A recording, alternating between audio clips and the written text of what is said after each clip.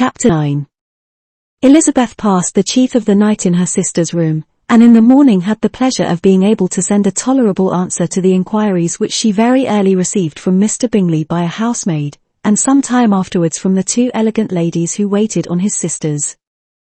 In spite of this amendment, however, she requested to have a note sent to Longbourn, desiring her mother to visit Jane, and form her own judgment of her situation. The note was immediately dispatched, and its contents as quickly complied with. Mrs. Bennet, accompanied by her two youngest girls, reached Netherfield soon after the family breakfast. Had she found Jane in any apparent danger, Mrs. Bennet would have been very miserable, but being satisfied on seeing her that her illness was not alarming, she had no wish of her recovering immediately, as her restoration to health would probably remove her from Netherfield. She would not listen, therefore, to her daughter's proposal of being carried home, neither did the apothecary, who arrived about the same time, think it at all advisable. After sitting a little while with Jane, on Miss Bingley's appearance and invitation, the mother and three daughters all attended her into the breakfast parlour. Bingley met them with hopes that Mrs. Bennet had not found Miss Bennet worse than she expected. "Indeed I have, sir," was her answer. "She is a great deal too ill to be moved. Mr. Jones says we must not think of moving her. We must trespass a little longer on your kindness." "Removed!" cried Bingley. "It must not be thought of. My sister, I am sure, will not hear of her removal." "You may depend upon it, madam," said Miss Bingley, with cold civility, "that Miss Bennet shall receive every possible attention while she remains with us." Mrs. Bennet was profuse in her acknowledgments. "I am sure," she added, "if it was not for such good friends I do not know what would become of her, for she is very ill indeed, and suffers a vast deal, though with the greatest patience in the world, which is always the way with her, for she has, without exception, the sweetest temper I ever met with. I often tell my other girls they are nothing to her. You have a sweet room here, Mr. Bingley, and a charming prospect over that gravel walk. I do not know a place in the country that is equal to Netherfield. You will not think of quitting it in a hurry, I hope, though you have but a short lease." "Whatever I do is done in a hurry," replied he, "and therefore if I should resolve to quit Netherfield, I should probably be off in 5 minutes. At present, however, I consider myself as quite fixed here." "That is exactly what I should have supposed of you," said Elizabeth.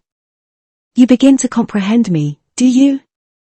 cried he, turning towards her.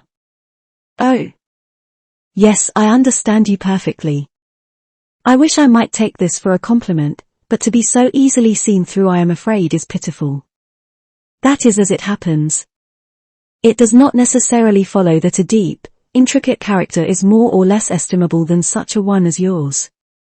"Lizzie," cried her mother, "remember where you are, and do not run on in the wild manner that you are suffered to do at home.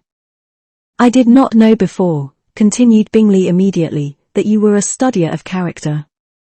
It must be an amusing study." "Yes, but intricate characters are the most amusing. They have at least that advantage." "The country," said Darcy, "can in general supply but few subjects for such a study. In a country neighbourhood you move in a very confined and unvarying society. But people themselves alter so much, that there is something new to be observed in them forever." "Yes, indeed," cried Mrs. Bennet, offended by his manner of mentioning a country neighbourhood. "I assure you there is quite as much of that going on in the country as in town." Everybody was surprised, and Darcy, after looking at her for a moment, turned silently away. Mrs. Bennet, who fancied she had gained a complete victory over him, continued her triumph. "I cannot see that London has any great advantage over the country, for my part, except the shops and public places. The country is a vast deal pleasanter, is not it, Mr. Bingley?" "When I am in the country," he replied, "I never wish to leave it, and when I am in town it is pretty much the same. They have each their advantages, and I can be equally happy in either." "That is because you have the right disposition." But that gentleman, looking at Darcy, seemed to think the country was nothing at all. "Indeed, mamma, "You are mistaken," said Elizabeth, blushing for her mother. "You quite mistook Mr. Darcy. He only meant that there was not such a variety of people to be met with in the country as in town, which you must acknowledge to be true." "Certainly, my dear, nobody said there were, but as to not meeting with many people in this neighborhood, I believe there are few neighborhoods larger. I know we dine with 24 families." Nothing but concern for Elizabeth could enable Bingley to keep his countenance. His sister was less delicate, and directed her eye towards Mr. Darcy with a very expressive smile.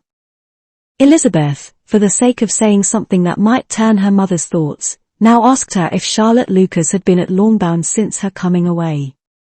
"Yes, she called yesterday with her father." "What an agreeable man Sir William is, Mr. Bingley, is not he? So much the man of fashion. So genteel and so easy. He has always something to say to everybody. That is my idea of good breeding, and those persons who fancy themselves very important and never open their mouths, quite mistake the matter. Did Charlotte dine with you?" "No, she would go home. I fancy she was wanted about the mince pies. For my part, Mr. Bingley, I always keep servants that can do their own work. My daughters are brought up differently. But everybody is to judge for themselves, and the Lucases are a very good sort of girls, I assure you. It is a pity they are not handsome. Not that I think Charlotte so very plain, but then she is our particular friend." "She seems a very pleasant young woman," said Bingley. "Oh, dear, yes, but you must own she is very plain. Lady Lucas herself has often said so, and envied me Jane's beauty. I do not like to boast of my own child, but to be sure, Jane, one does not often see anybody better looking. It is what everybody says. I do not trust my own partiality. When she was only 15, there was a gentleman at my brother Gardner's in town so much in love with her, that my sister-in-law was sure he would make her an offer before we came away. But, however, he did not. Perhaps he thought her too young. However, he wrote some verses on her, and very pretty they were. And so ended his affection," said Elizabeth impatiently. "There has been many a one, I fancy, overcome in the same way. I wonder who first discovered the efficacy of poetry in driving away love." "I have been used to consider poetry as the food of love," said Darcy.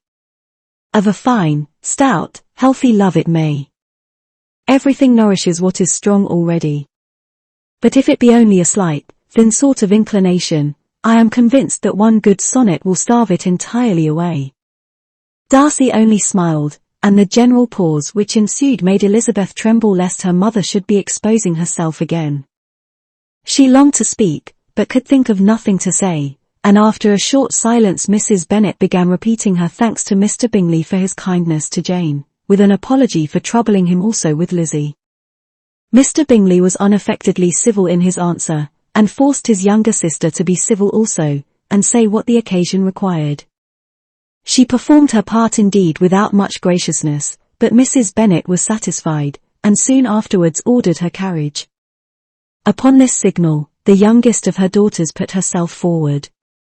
The two girls had been whispering to each other during the whole visit, and the result of it was, that the youngest should tax Mr. Bingley with having promised on his first coming into the country to give a ball at Netherfield.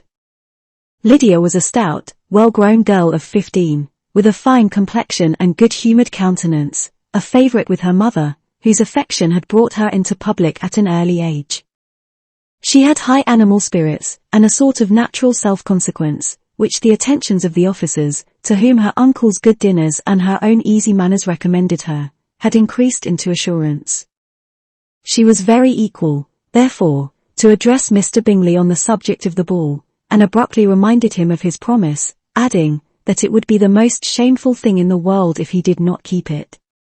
His answer to this sudden attack was delightful to their mother's ear.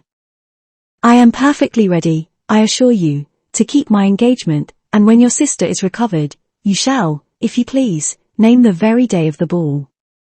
But you would not wish to be dancing while she is ill." Lydia declared herself satisfied. "Oh, Yes, it would be much better to wait till Jane was well, and by that time most likely Captain Carter would be at Meryton again. And when you have given your ball, she added, I shall insist on their giving one also. I shall tell Colonel Forster it will be quite a shame if he does not. Mrs. Bennet and her daughters then departed, and Elizabeth returned instantly to Jane, leaving her own and her relations' behaviour to the remarks of the two ladies and Mr. Darcy, the latter of whom, however, could not be prevailed on to join in their censure of her, in spite of all Miss Bingley's witticisms on fine eyes.